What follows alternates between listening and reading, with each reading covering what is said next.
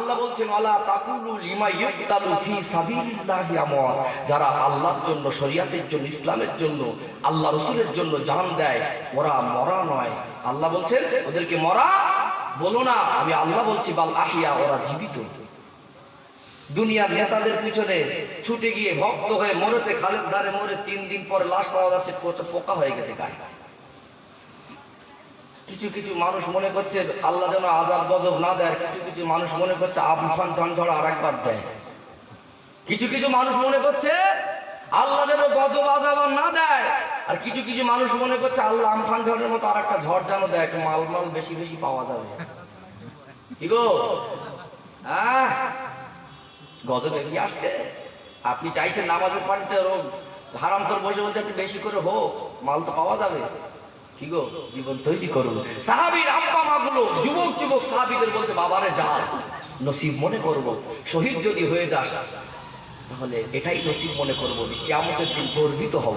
আজ আমার ছেলেদের আব্বা মারা উঠবে, কেউ মদখোরের আব্বা মা হয়, কেউ সুদখোরের আব্বা মা হয়ে, কেউ দরজা ঢোলাপাটির আব্বা মা হয়ে। কি ছেলে কি জীবন তৈরি করলে, কত নোংরা কাজে নেমে গেলে।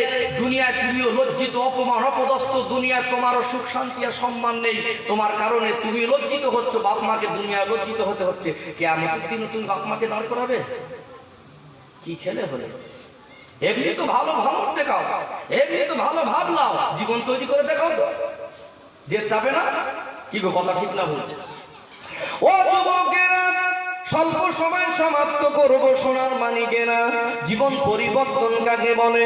আল্লাহ নবী সাহাবীদের থেকে শিক্ষা নেন। কেউ কেউ বিবাহ করেছেন সবে মাত্র 6 মাস, সবে মাত্র 2 মাস 4 মাস, বিবির কাছে চলে যায়। ও আমার প্রাণের বিবি, বিদায় দাও, বিদায় দাও, আর হয়তো দেখা হবে না। বিবির চোখে পানি। আল্লাহ নবী সাহাবী, ও আমার প্রাণের স্বামী, আল্লাহ নবী ডেকেছেন, বাধা দেব না, তবে বড় আশা করেছিলাম বাকি জিন্দেগিটা স্বামীর সঙ্গে ঘেঁষে খেলে কাটাবো। একটা মেয়ে জন্মভূমি ছাড়ে, আব্বা মাকে ছাড়ে, প্রতিবেশীকে ছাড়ে, বাজে মনের কথাটা, মনের চাওয়া পাওয়াটা আব্বা মাকে বলতে পারে না, স্বামীকে বিনা দ্বিধায় বলে কি বলে না। মনে বড় আশা থাকে, সব কিছু ছেড়ে চলে এসেছি, এবারে স্বামীর সঙ্গে ঘেঁষে গেলে জীবন পার করবো। সবে মাত্র 2 মাস বিবাহ হলো, আল্লাহ নবী সাহাবী চলে যাবেন, আমার স্বামী চলে যাবেন, বাধা দেব না। চোখের পানি ঝরে। আল্লাহ নবী সাহাবী, একটু দাঁড়িয়ে যান, দাঁড়িয়ে যান, একটু এক নজর ভরে দেখি, একটু কলিজা ভরে দেখে নেই, কেননা ফিরে যদি আসেন নসিব মনে করবো, আর শহীদ যদি হয়ে যান একটু কলিজা ভরে দেখে নিচ্ছি। ময়দানে মাশরে কোটি কোটি কোটি কোটি বান্দা বান্দীদের ভিতরে আমি আমার শহীদ স্বামীকে যেন ভুলে না যাই। কি কুরবানি! আপনি চলে যান, আল্লাহর নবী ডেকেছেন, বাধা দিলে আল্লাহ রাসূল অসন্তুষ্ট হয়ে যাবে। এ ঘরে অভাব, এ ভাবি কাণ্ড জানেন, নামাজ নেই, পর্দা নেই, শাড়ি পরে মশারি, রাস্তায় চলে ষাঁড়ের মতো। মা যেমন মেয়েটাও তেমন, রাস্তা দিয়ে যায়, মা যায় মেয়েও যায়, ওটা সর্ববারু। কিছু কিছু ভাবি আছে এত মনে বেয়াদবি রাস্তাঘাটে করে, সহ্য করতে পারবে না। আগেকার চাচিমারা, খালামারা, পুকুরা কত আদবি ছিল, রাস্তার ধারে একটু পুরুষ মানুষ দিকে দাঁড়িয়ে যেত এইরকম ঘমটাটা না, ওটা দিলা চলো, বলছি পুরুষের ছায়া ডিমে দেবো না। এ ভাবিরা, এখনকার মেয়েরা, ভাবি যারা, ভাবির পেটের মেয়েটাও ওই রকম, হুজুর মানে না, শ্বশুর মানে না, ভাসুর মানে না, ইমাম মানে না। যত পুরুষ মানুষ দেখে কথার গলার তেজ বেড়ে যায়। সর্বনাশ! বিপদে মুসিবতে আল্লাহকে স্মরণ করা, নামাজ পড়া, পর্দায় থাকা মেয়েদের কাজ আল্লাহ রহমত আর বরকতে ভরিয়ে দেবেন। বলছে এই দেখো এত বিপদ মুসিবত হচ্ছে, তোমার তো কিছু হয় না, তো দেখো না পাশের বাড়ি বুটাটা লোন দিয়েছে, একটা লোন টোন নিলে হয় না। এ দেখছে ভালো যুক্তি তো, বলছে ঠিক খেটে খেটে আদায় হয়ে যাবে, লাও না একটা লোন নাও না। আজ মুসলমানের ছেলেরা কতটা আল্লাহ বলা হয়ে গেছে। বলছে তা খারাপ বলুনি, বলছে এক হয় কি ভাবি, তো সুন্দরী ভাবি, শাড়ি পরে মশারি, এসব ভাবিরা রাস্তায় বেরোলে এমনি যুবক ছেলেরা রাস্তার কি চোখ বন্ধ করে থাকবে? কিছু কিছু ভাবি আর চাচি আছে বিখ্যাত, মানে এক কথায় গ্রামের এলাকার মানুষ ছেলে গিয়ে একেবারে অফিসারের সঙ্গে একেবারে বন্ধুত্ব খেলেছে। বলছে ভাবি এই গ্রুপের দায়িত্ব তোমার। বলছে হুজুর দুনিয়ার বাস্তব চিত্র যেভাবে সুন্দরী সেইভাবে বন্ধনের সেক্রেটারি। ঘরে বরকত হবে? বাপ মাকে কাঁদিয়ে, শ্বশুর শাশুড়িকে না মেনে, নামাজ নেই, কোরআন তেলাওয়াত নেই, ইবাদত নেই, আদব নেই, ওই ঘরে নোংরা ছবি দেখে ভাবি এখন দুনিয়ার জমিনে ভাবি, কিন্তু শরিয়াতের স্যাটেলাইটটা দেখলে ভাবি শুক্র ভাবি। কি গো বলছে, এই দেখো অফিসার ডেকেছে যে যাচ্ছি, বলছে কেন মিটিং আছে? বলছে একদিন এই ভাবি কই রে? তোতলে যাচ্ছে। কই ভাবি বল? তোর ভাবি বল পানি খেয়ে তোতলাচ্ছি কেন? না তোর ভাবি একটু মিটিংয়ে গেছে, মিটিংয়ে ফুলে ফলা হয়ে যাচ্ছে আমার গিল। ওরে সর্বনাশ, বন্দরের সেক্রেটারি হয়েছে, অফিসার সেই মিটিং করতে গেছে। হুজুর একটু তাবিজ দেন, সুখ শান্তি নেই। ও সেকেন্ডে বাস পরে ঘরে তো সুদ ঢুকিয়েছো, তোমার সোনার মানিক কলিজার টুকরা বাচ্চার গালে তো হারাম তুলে দিচ্ছ।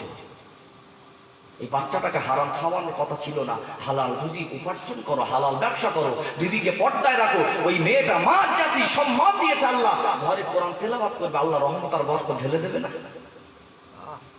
আমি লম্বা টাইম করবো না, যেহেতু সময়ের ব্যাপার আছে, 2-4 মিনিটে শেষ করছি। ঘটনাটা সাহাবীদের যুদ্ধের প্রেক্ষাপটে যাওয়ার অবকাশ নেই, যেহেতু হুজুর কেবলা আছেন, ঠান্ডা রাত বেশি দেরি করা যাবে না। আপনারা চাষিবাসী মানুষ, তাই তো? হ্যাঁ, এখন মাঠে ঘাটে কাজ আছে, কষ্ট করে এসে বসেছেন, বেশি কষ্ট দেওয়াও, বেশি রাত করাও ঠিক হবে না। এতটুকু বলবো, ছেলেরা সুখ শান্তি পেতে গেলে জীবন তৈরি করো। আব্বা মার কাছ থেকে দোয়া নাও, বিগয়ি হিজাব, সরাসরি আল্লাহর দরবারে পৌঁছে যায়। যেটা বলুন সুবহানাল্লাহ। পুরো ঘরগুলো একটা রহমত আর বরকত ছিল না? ভোরের বেলা উঠে শ্বশুর শাশুড়ি উঠে বলতো বৌমা, মা ওঠো। ওই বৌমাগুলো শাশুড়িকে মা বলে মানতো। কি বলতো? না, মা ডেকেছে। উঠে সকাল সকাল নামাজ পড়ে পরিষ্কার হওয়ার আগে উঠোন পরিষ্কার। শ্বশুরগুলো উঠে, শাশুড়িগুলো উঠে উজু করে ঠান্ডায় নামাজ পড়ে তসবিহ করে আল্লাহর কাছে দোয়া করতো, আল্লাহ আমার ছেলে বলে নাতিপুতি বৌমাদের সুখে রাখে। এখনকার ভাবিরা কেউ পেশা মারাত্মক পয়দা।